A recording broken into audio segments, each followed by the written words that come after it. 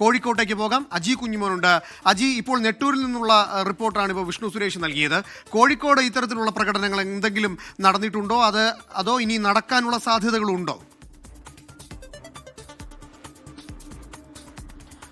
അനൂപ്, ഈ കോഴിക്കോട് സംബന്ധിച്ച് പറയുകയാണ്, മലബാർ മേഖലയിൽ വി.ഡി. സതീശനായിട്ട് കഴിഞ്ഞ ദിവസങ്ങളിലൊക്കെ വലിയ തലത്തിലുള്ള പോസ്റ്ററുകളൊക്കെ പ്രത്യക്ഷപ്പെട്ടിരുന്നു. അതായത് ഇപ്പോൾ വന്നിരിക്കുന്നത് ഈ KM അഭിജിത്തിന്റെ, കുറ്റ്യാടിയിലെ നിയുക്ത MLA ആയ KM അഭിജിത്തിന്റെ ആ വാട്സപ്പ് ഗ്രൂപ്പിൽ, മാധ്യമപ്രവർത്തകർക്കുള്ള വാട്സപ്പ് ഗ്രൂപ്പിലാണ് ഇത്തരത്തിലൊരു പോസ്റ്റർ വന്നത്. അതായത് പട നയിച്ചവൻ നാട് ഭരിക്കും, വി.ഡി. സതീശൻ അഭിവാദ്യം പ്രകടനമാണ്. ഇന്ന് രാത്രി 8 മണിക്ക് കുറ്റ്യാടി ടൗണിൽ പ്രകടനമുണ്ട് എന്നാണ് പറയുന്നത്. ഇതിൽ പ്രധാനമായും പറയുന്നത് 102 സീറ്റുമായി UDF-നെ അധികാരത്തിലെത്തിക്കാൻ ചുക്കാൻ പിടിച്ച വി.ഡി. സതീശൻ എന്ന നേതാവിനെ തന്നെ മുഖ്യമന്ത്രിയാക്കണമെന്ന് ആവശ്യപ്പെട്ടുകൊണ്ട് ഇന്ന് രാത്രി 8 മണിക്ക് കുറ്റ്യാടിയിൽ പ്രകടനം നടത്തുന്നു. ഈ പ്രകടനം പാർട്ടിക്കെതിരായല്ല, നേതാക്കൾക്കെതിരായല്ല. കേരളത്തിലെ മുഴുവൻ ജനങ്ങളും ആഗ്രഹിക്കുന്നത് പട നയിച്ച പടനായകൻ വി.ഡി. തന്നെ മുഖ്യമന്ത്രിയാകണമെന്നാണ്. ആ ആഗ്രഹം മനസ്സിലുള്ള എല്ലാ UDF അനുയായികളും ഇന്ന് രാത്രി 8 മണിക്ക് കുറ്റ്യാടിയിലേക്ക് എത്തണമെന്ന നിർദ്ദേശവുമായി ബന്ധപ്പെട്ടാണ് ഇത്തരത്തിൽ ഒരു പോസ്റ്റർ വന്നിരിക്കുന്നത്. ആ പോസ്റ്റർ വന്നിരിക്കുന്നത് കുറ്റ്യാടിയുടെ നിയുക്ത MLA KM അഭിജിത്തിന്റെ വാട്സപ്പ് ഗ്രൂപ്പ്, അതായത് മാധ്യമപ്രവർത്തകർക്കുള്ള വാട്സപ്പ് ഗ്രൂപ്പിലാണ് ഈ സന്ദേശം വന്നിരിക്കുന്നത് എന്ന് ഏറ്റവും പ്രധാനമായും എടുത്തു പറയണം. മലബാറിന്റെ രാഷ്ട്രീയത്തിൽ ഏറ്റവും കൂടുതൽ നിർണായകമായി ഈ UDF അധികാരത്തിൽ വരണമെന്ന് ലീഗ് അടക്കം അഹോരാത്രം അതിനുവേണ്ടി പരിശ്രമിക്കുകയും പ്രത്യേകിച്ച് UDF വലിയ തരത്തിലുള്ള മുന്നേറ്റം നേടുകയും ചെയ്തു. അതിന് ചുക്കാൻ പിടിച്ചത് വി.ഡി. സതീശനാണ്. അതുകൊണ്ട് തന്നെ വി.ഡി. സതീശൻ മുഖ്യമന്ത്രിയാകണമെന്നുള്ള ഒരു ആവശ്യമാണ് ലീഗിലെ ചില നേതാക്കൾ അടക്കമുള്ളവർ പരസ്യമായി തന്നെ ഇതിനു മുൻപ് പറഞ്ഞിട്ടുണ്ട്.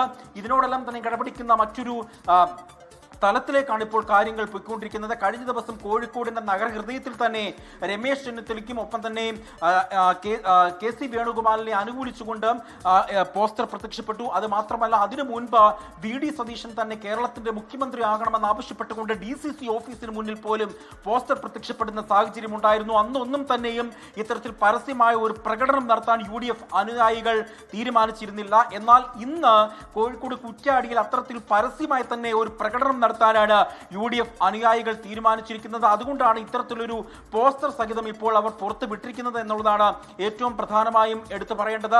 ഈ കോഴിക്കോട് ജില്ലയെ സംബന്ധിച്ച് പറയുകയാണെങ്കിൽ കോഴിക്കോട് ജില്ലയിലെ 13 സീറ്റിൽ 12 സീറ്റും UDF പിടിച്ചെടുത്തിരുന്നു. അതെല്ലാം തന്നെയും ചുക്കാൻ പിടിച്ചത് വി.ഡി.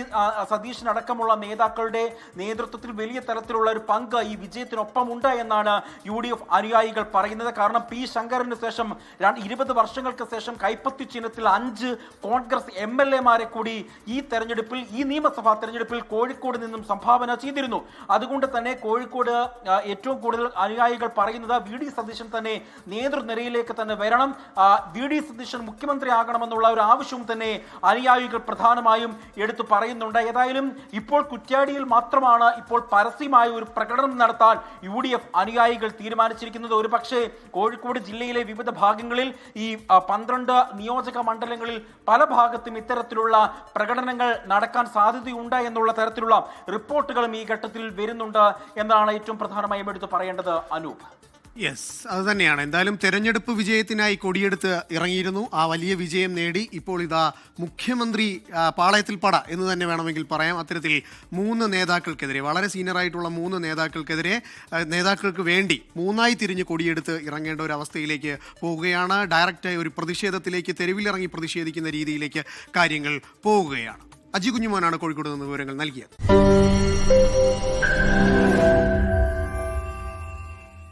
ലോകത്തെവിടെയായാലും ഏത് സമയത്തും 24 വാർത്തകളും ഓഗ്മെന്റഡ് റിയാലിറ്റി പാക്കേജുകളും എക്സ്പ്ലെയിനറുകളും വിശദമായി കാണാൻ ഞങ്ങളുടെ YouTube ചാനൽ നിങ്ങൾക്ക് സബ്സ്ക്രൈബ് ചെയ്യാം.